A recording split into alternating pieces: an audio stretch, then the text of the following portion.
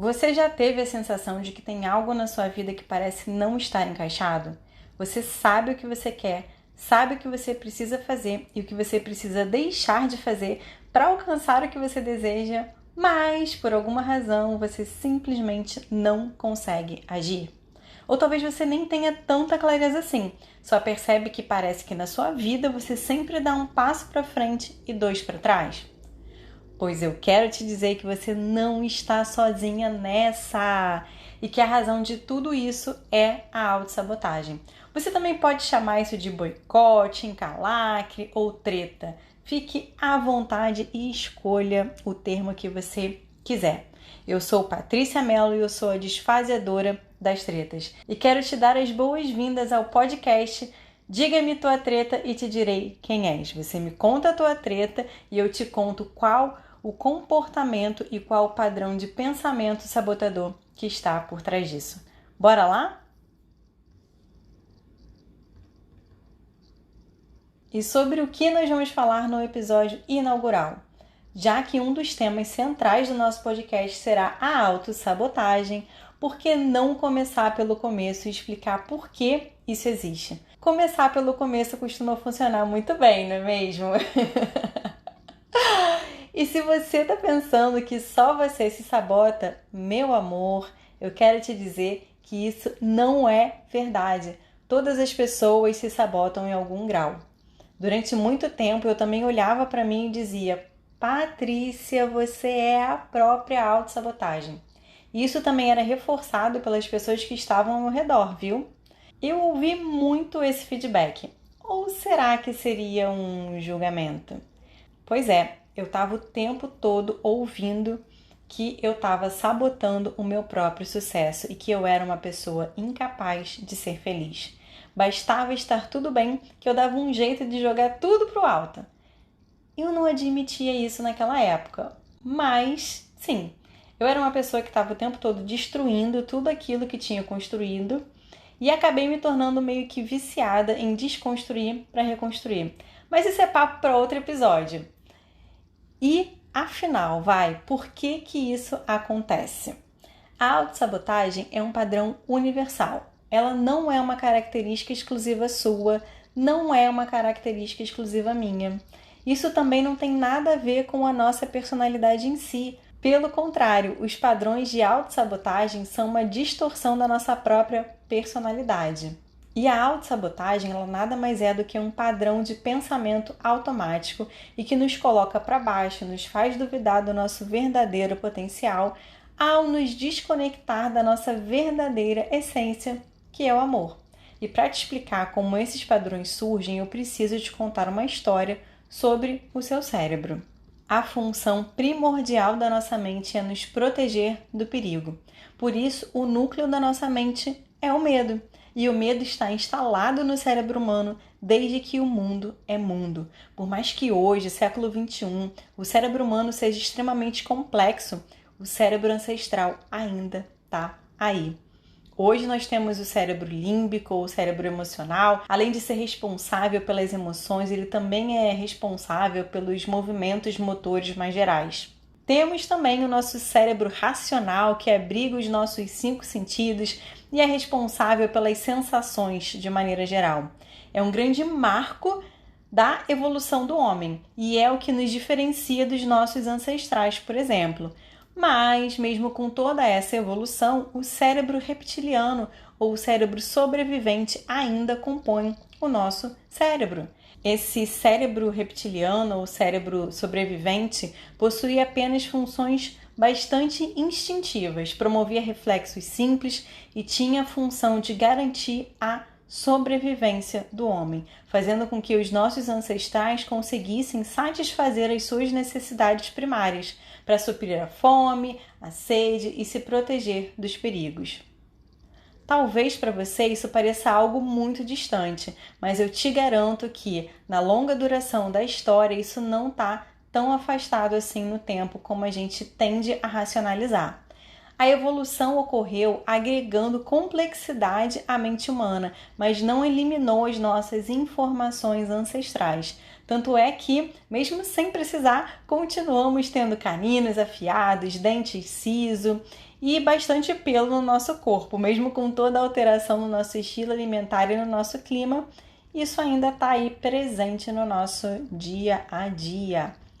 E é justamente por conta dessa informação ancestral que, por mais que você se esforce, se você se distrai e dá aquela piscada mais profunda ali, sua mente já está com um foco no negativo e você já está experimentando o medo.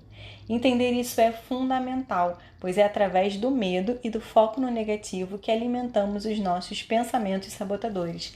Guarda essa informação aí e carrega ela para a vida.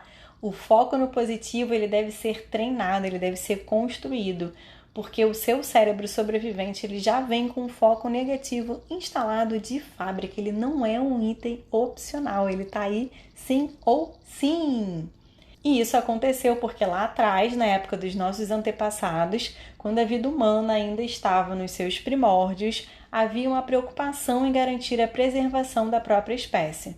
Não se esqueça de que o homem também é um animal e que tudo que existe na natureza tem o desejo intrínseco de continuar a existir. E naquela época a vida humana era bem mais difícil do que é hoje. Temos perigo no mundo contemporâneo que vivemos? Sim! Violência, guerras, catástrofes naturais, fome, seca, doenças ainda sem cura que nos tiram o sono. Mas também temos tecnologia e recursos para solucionar tudo isso. Ainda que tenhamos problemas de distribuição e igualdade, como humanidade temos acesso à solução. E não é à toa que a expectativa de vida subiu pra caramba nos últimos anos. E o imaginável hoje é real. Muitas pessoas vivendo por mais de 80 anos, 90, 100 anos. Dominamos a tecnologia e isso nos permitiu desenvolver a agricultura e domesticar animais, garantindo fácil acesso à alimentação. Também nos permitiu garantir o acesso à água potável e a tratamento do esgoto para o saneamento básico. Temos casas seguras para viver, as distâncias estão mais curtas, o que facilita a distribuição dos bens. A própria medicina que trouxe tantas descobertas, possibilidades de cura, tudo isso garante a possibilidade de vida e reduz a nossa sensação de perigo. Na nossa consciência coletiva, a gente já entende que a vida sim é possível, apesar de qualquer desafio que individualmente a gente esteja enfrentando. Mas na época dos nossos ancestrais não era assim. O cérebro deles só contava com a tecnologia de farejar e muito bem qualquer situação que pudesse representar o perigo. Era muito mais importante gravar quais plantas e animais poderiam colocar a vida deles em risco do que contemplar o pôr do sol ou apreciar o canto dos pássaros e perfume das flores, por exemplo. Os humanos lá atrás tiveram que aprender na marra quais plantas eram venenosas, quais animais poderiam comê-los vivos e que se algum arbusto se mexesse era melhor correr. Também aprenderam na marra que ser expulso da tribo ou do clã colocava sua própria vida em risco por perder abrigo, proteção e acesso a alimentos. E é por isso que, além do foco no negativo, você também carrega um medo visceral da rejeição. O foco no negativo e o medo da rejeição são padrões automáticos e instintivos da sua mente. Então, da próxima vez que você se pegar agindo assim, ao invés de se criticar e se punir por isso, agradeça a sua mente, pois ela está fazendo direitinho o papel dela. Procure também entender o que o medo e o foco no negativo estão querendo te mostrar. Certamente é sinal de que você precisa se preparar um pouco mais para solucionar ou enfrentar algo. Não brigue com isso. Agradeça e se respeite e se acolha principalmente. Isso é perfeitamente normal. Até mesmo as pessoas de mais sucesso que você tanto admira, acredite, também precisam se relacionar diariamente com os seus medos, com o foco no negativo e com os pensamentos sabotadores.